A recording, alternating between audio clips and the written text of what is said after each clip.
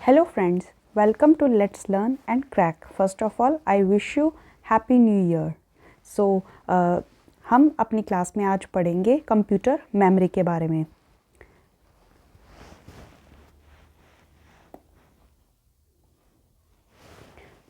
Let's learn and crack में आपको computer से रिलेटेड कॉन्सेप्ट्स सीखने को मिलेंगे, जिसमें computer fundamentals, data structure, software engineering, DBMS और बहुत कुछ आता है.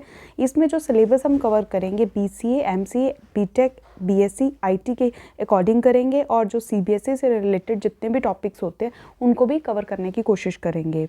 और इसके साथ साथ हम प्रीवियस ईयर क्वेश्चंस रिवाइज करेंगे, ऑब्जेक्टिव क्वेश्चन, सो डैट आपको पता लगे कि पेपर में किस टाइप के क्वेश्चंस आते हैं और जो कंसेप्ट हम पढ़ रहे हैं उसमें क्या क्या इंपॉर्टेंट है और उसको कैसे कैसे कवर करना है. So without any delay let's start the class and please don't forget to subscribe the channel.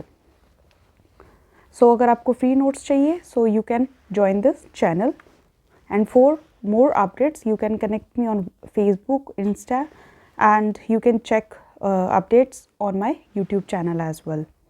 So let's talk about computer memory.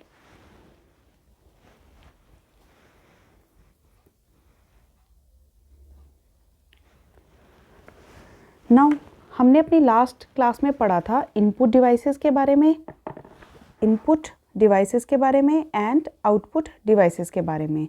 Now हम एक मेमोरी की बात कर रहे हैं. अब सबसे पहले हमें पता होना चाहिए हमें मेमोरी क्यों चाहिए. सो दिस इज़ योर कंप्यूटर, ठीक है, दिस इज़ योर सीपीयू. अगर हम कंप्यूटर आर्किटेक्चर की बात करें, यहाँ से आपके पास इनपुट डिवाइसेस के थ्रू इनपुट आ रहा है और आपका जो रिजल्ट्स है वो आउटपुट डिवाइसेस के पास प्रिंट होने के लिए जा रहा है. अब सीपीयू क्या कर रहा है, उस जो भी आपने इनपुट दिया, जो भी डाटा दिया उसको प्रोसेस कर रहा है. अब सीपीयू क्या कर रहा है, सीपीयू के अंदर एएलयू है, अर्थमेटिक लॉजिक यूनिट है और कंट्रोल यूनिट है. ठीक है, कंट्रोल यूनिट एक्टिविटीज़ को कंट्रोल करेगा, अर्थमेटिक लॉजिक यूनिट आपकी अर्थमेटिकल और लॉजिकल कैलकुलेशंस को करेगा.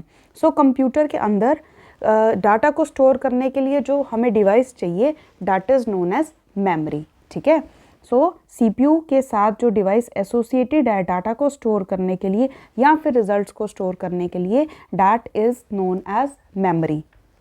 सो कंप्यूटर मेमोरी क्या है, it's a data storage unit और स्टोरेज डिवाइस जहाँ पे हम इनपुट्स जो डाटा प्रोसेस होने वाला है उसको स्टोर करते हैं या फिर जो रिजल्ट्स हमें आ रहे हैं उसको हम प्रोसेस करने के बाद स्टोर करते हैं. ठीक है, सो यहाँ पे हम इनपुट भी स्टोर करते हैं और दूसरी चीज़ आउटपुट भी स्टोर करते हैं. ठीक है, सो मेमोरी का क्या काम है, जो भी डाटा प्रोसेस होना है उसको स्टोर करके रखना और जो डाटा प्रोसेस होके आउटपुट बन चुका है उसको स्टोर करके रखना before supplying results to the output unit. So memory का फंक्शन क्या है, स्टोरेज का. ठीक है, अब ना हम कंप्यूटर के अंदर जो मेमोरी है उसको मेमोरी और स्टोरेज दो चीज़ें अलग से पढ़ेंगे. वो कैसे, वो मैं आपको आगे बताती हूँ क्लास में. अब कंप्यूटर मेमोरी की क्या करेक्टरिस्टिक्स होनी चाहिए.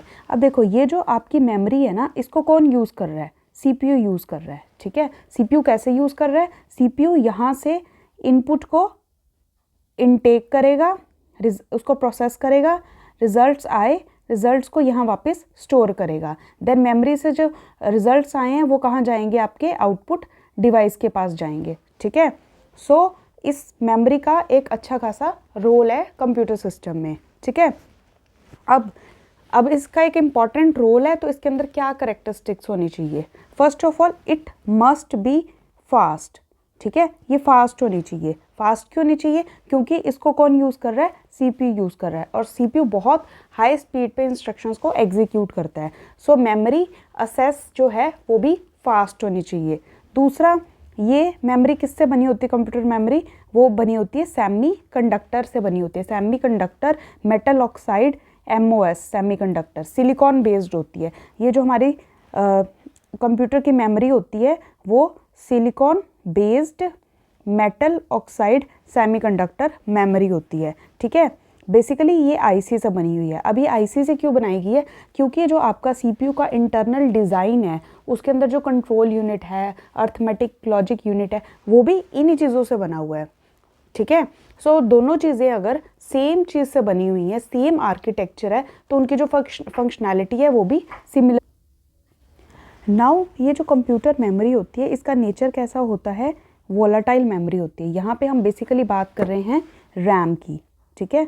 So it's a volatile memory. अब वोलाटाइल का क्या मतलब है, लाइट गई तो वो खाली हो जाएगी, उसके अंदर जो भी डाटा है वो इरेज हो जाएगा। अब वो नीड क्यों है, नाउ ये जो वोलाटाइल मेमोरी है इसकी नीड इसलिए है क्योंकि ये जो मेमोरी है सीपीयू यूज़ कर रहा है, ठीक है। सीपीयू को ये वाली मेमोरी फ्रीक्वेंटली चाहिए अपनी प्रोसेसिंग के लिए। अगर हम इसको फुल करके रखेंगे तो हम इसको रीयूज़ नहीं कर पाएंगे।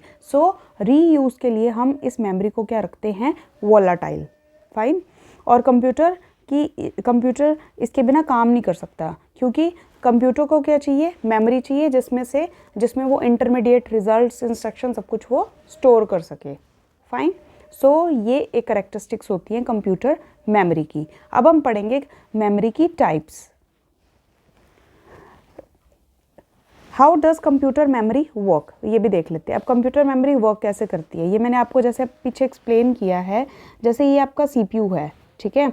सीपीयू किसको असेस करता है, रैम को, ठीक है। इसके अंदर जो भी इंस्ट्रक्शंस हैं उसको एग्जीक्यूट करेगा, जो भी डाटा है उसको प्रोसेस करेगा, और जो भी रिजल्ट्स बनेंगे उसको वापस यहाँ पे स्टोर कर देगा, ठीक है। अब रैम क्या है, आपकी वोलेटाइल मेमोरी है। इसके अंदर जो भी डाटा होता है लाइट के जाने के बाद इरेज हो जाता है।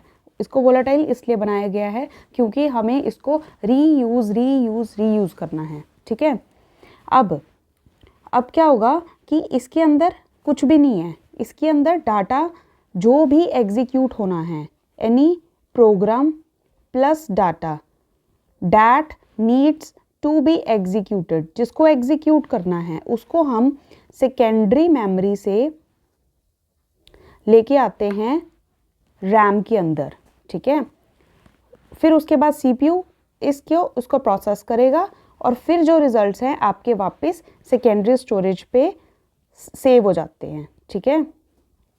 अब आपके पास ये क्वेश्चन आ सकता है कि हम बीच में रैम को क्यों यूज़ कर रहे हैं, हम डायरेक्ट सेकेंडरी मेमोरी से डाटा उठा के क्यों नहीं प्रोसेस कर सकते सीपीयू से। उसका रीज़न ये है, जो सेकेंडरी मेमोरी है उसकी जो असेस स्पीड है वो सीपीयू के कंपैरिजन में बहुत ज़्यादा स्लो है। ये जो हमारी सेकेंडरी मेमोरी है इसका प्राइमरी पर्पस क्या है, स्टोरेज ऑफ डाटा, ज़्यादा से ज़्यादा डाटा स्टोर करके रखना, ठीक है।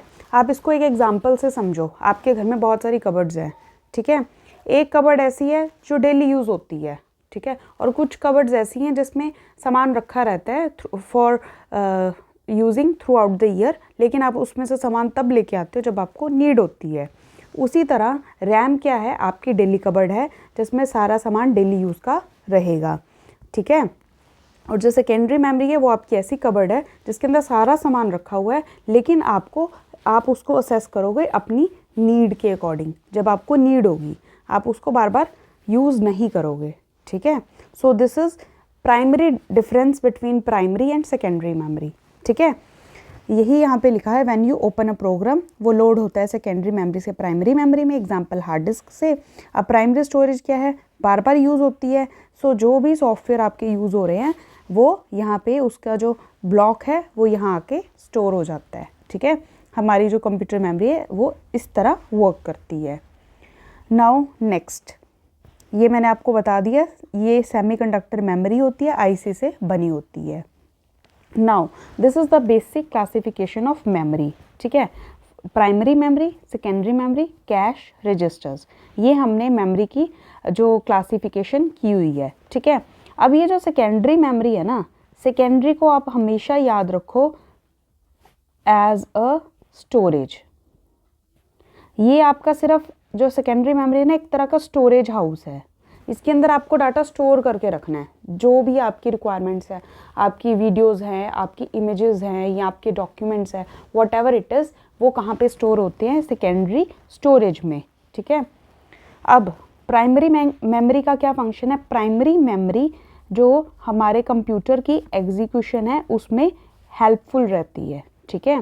प्राइमरी मेमोरी का क्या रोल है, सीपीयू या कंप्यूटर की एग्जीक्यूशन को हेल्प करना, ठीक है। और सेकेंडरी का प्राइमरी गोल क्या है, स्टोरेज करना, ठीक है।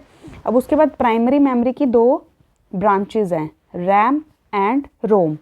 ये जितनी भी मेमोरीज है ना, इनके फुल फॉर्म्स भी पेपर पॉइंट ऑफ व्यू से इंपॉर्टेंट रहती हैं, ठीक है। अब रैम क्या है, रैम रैंडम एक्सेस मेमोरी, और रोम क्या है, रीड ओनली मेमोरी। अब इनमें डिफरेंसेस क्या हैं रैम और रोम में।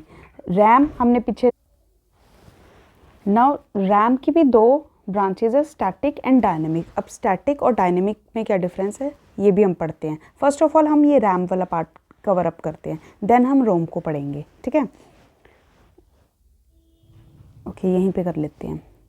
अब हम बात कर रहे हैं रैम की। रैम क्या है, रैंडम एक्सेस मेमोरी, जिसको हमने रीयूज़ करना है, ठीक है। अब आपके दिमाग में ये भी क्वेश्चन आ सकता है कि हम सेकेंडरी मेमोरी भी तो रीयूज़ करते हैं, उसमें भी हम कुछ भी स्टोर करके उसको डिलीट कर सकते हैं, ठीक है। लेकिन उसमें क्या है, हम उसको खुद इंसर्ट भी कर रहे हैं, डिलीट भी कर रहे हैं। रैम में ऑटोमेटिकली डिलीट हो रहा है, मींस आपने जो डिलीशन का प्रोसेस है वो ओवरहेड बचा लिया। आपने सिंपल क्या किया, सिस्टम को रीस्टार्ट किया, आपकी जो रैम है वो क्लियर हो गई, वो रिफ़्रेश हो गई, ठीक है।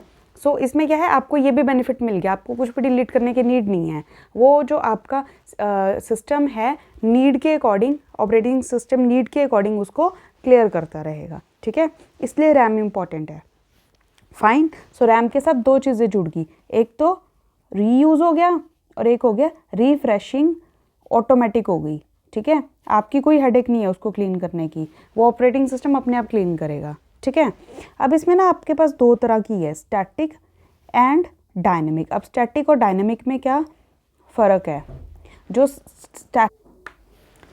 स्टैटिक रैम और डायनेमिक रैम में क्या डिफरेंस है। स्टैटिक रैम में क्या होता है, जो करंट है कांस्टेंट सप्लाई होता है, ठीक है, कांस्टेंट सप्लाई। और डायनेमिक में क्या होता है, करंट दिया, कैपेसिटर, बेसिकली हम यहाँ पे यूज़ करते हैं कैपेसिटर्स, ठीक है। कैपेसिटर्स क्या करते हैं, चार्ज को होल्ड करके रखते हैं। तो जो आपकी मेमोरी है, फाइन, उसको आप पहले करंट देते हैं, वो थोड़ी देर होल्ड रखता है, फिर उसके बाद वो डिस्चार्ज होना स्टार्ट हो जाता है, फिर उसके बाद फिर हम उसको करंट देते हैं, फिर वो डिस्चार्ज होना स्टार्ट हो जाता है, फिर हम उसको करंट देते हैं।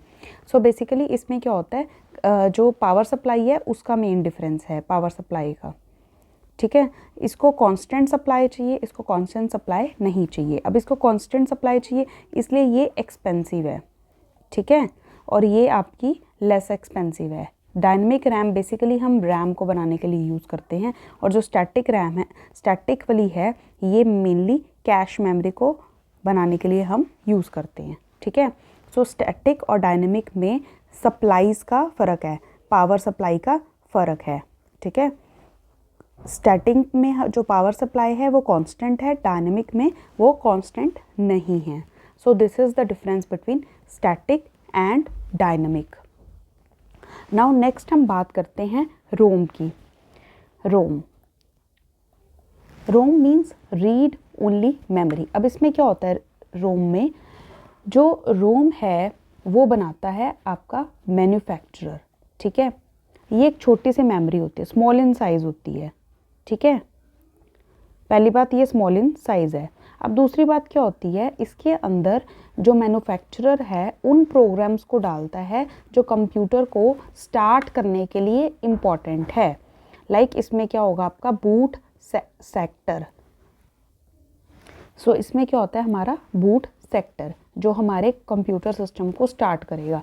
जब भी हम कंप्यूटर सिस्टम का बटन ऑन करते हैं तो क्या होता है, जो आपका ऑपरेटिंग सिस्टम है वो फाइंड आउट करता है बूट सेक्टर, मतलब ऑपरेटिंग सिस्टम की फाइल्स को सर्च करता है। सो वो जो बूट सेक्टर है या स्टार्टअप प्रोग्राम्स है कंप्यूटर के, वो हमें मिलते हैं रोम में, ठीक है। सो रोम का मेन फंक्शन क्या है, कंप्यूटर को स्टार्ट करने के लिए जो इम्पॉर्टेंट प्रोग्राम्स है उनको रोम में रखना, सो डैट जब कंप्यूटर स्टार्ट हो रोम में से आपके जो मेन प्रोग्राम्स हैं वो उठें, वो आपके प्रोग्राम को स्टार्ट करें। उसके बाद जो ऑपरेटिंग सिस्टम का पार्ट है वो रैम में लोड होता है, ठीक है। सो रोम का फंक्शन हुआ क्लियर। नाउ ये जो टाइप्स है रोम्स की, इनमें क्या डिफरेंस है। सो पी रोम का मतलब होता है प्रोग्रामेबल रोम, मीन्स इसके अंदर जो डाटा है वो आपका यूज़र भी सेव कर सकता है, ठीक है। ई पी रोम का मतलब क्या होता है, electronically programmable erasable programmable read only memory, means इस मेमोरी को आप इरेज करके रीप्रोग्राम कर सकते हैं। और ई पी रोम क्या होता है, इसमें जो ई पी रोम है ना, इसमें डाटा को इरेज करने के लिए हम यूवी रेज यूज़ करते हैं, बट इसके अंदर हम ई में इलेक्ट्रॉनिकली डाटा को इरेज करते हैं, देन उसको रीप्रोग्राम करते हैं डिपेंडिंग अपॉन द नीड, ठीक है। सो ये 3 टाइप की आपकी रोम्स हैं, ठीक है। रीड ओनली मेमोरी, फर्स्ट है प्रोग्रामेबल, जिसको यूज़र भी अपनी कन्वीनियंस के हिसाब से प्रोग्राम कर सकता है, लेकिन उसमें वो डाटा को एक बार करने के बाद इरेज नहीं कर सकता। ईपी रोम में वो इरेज कर सकता है और प्रोग्राम कर सकता है, और इरेज कैसे करेंगे, with the help of UV rays. और ईईपी रोम में डाटा को इरेज किया जाएगा इलेक्ट्रॉनिकली और देन उसको रीप्रोग्राम कर सकते हैं, ठीक है। सो आज हमने कवर करी रैम एंड रोम, मीन्स हमने कवर करी अपनी प्राइमरी मेमोरी। नेक्स्ट क्लास में हम कवर करेंगे सेकेंडरी, देन थर्ड क्लास में हम करेंगे कवर कैश एंड रजिस्टर, ठीक है। टिल देन आप इस क्लास को रिवाइज करिए और मिलते हैं नेक्स्ट क्लास में।